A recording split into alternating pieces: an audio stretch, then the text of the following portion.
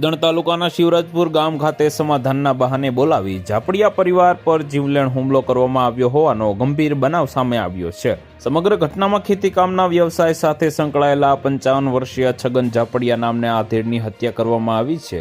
જ્યારે આ ઘટનામાં છગન ઝાપડિયાના પુત્ર નિલેશ ઝાપડિયાને ગંભીર ઈજા પહોંચતા તેને સારવાર અર્થે રાજકોટ ખાનગી હોસ્પિટલમાં ખસેડવામાં આવ્યા હોવાનું સામે આવ્યું છે। હાલ આ બનાવ સંદર્ભે ફાર્મા કંપનીમાં પ્રાઇવેટ નોકરી કરનારા 30 વર્ષીય શૈલેષ ઝાપડિયા નામના વ્યક્તિ દ્વારા રાજકોટ ગ્રામ્યના જસદણ પોલીસ સ્ટેશન ખાતે ફરિયાદ નોંધાવી છે। જે અનુસાર આ બનાવનો આખો ઘટનાક્રમ ગત 12 ફેબ્રુઆરી 2026ના રોજ શરૂ થયો હતો, જ્યારે ભોગ બનનાર નિલેશ ઝાપડિયા તેમજ તેના ગામના બાબુ ઝાપડિયા સહિતના વ્યક્તિઓ ખાંડા હડમતિયા ગામના સીમમાં રસિક ઝાપડિયાની વાડીએ લગ્ન પ્રસંગ અર્થે બુલેટમાં ગયા હતા। દરમિયાન રાજકોટ જસદણના શિવરાજપુર ખાતે રહેતા સંજય મુંદવા નામના વ્યક્તિ સાથે રસ્તામાં વાહન ઊભું રાખવા બાબતે બોલાચાલી થઈ હતી।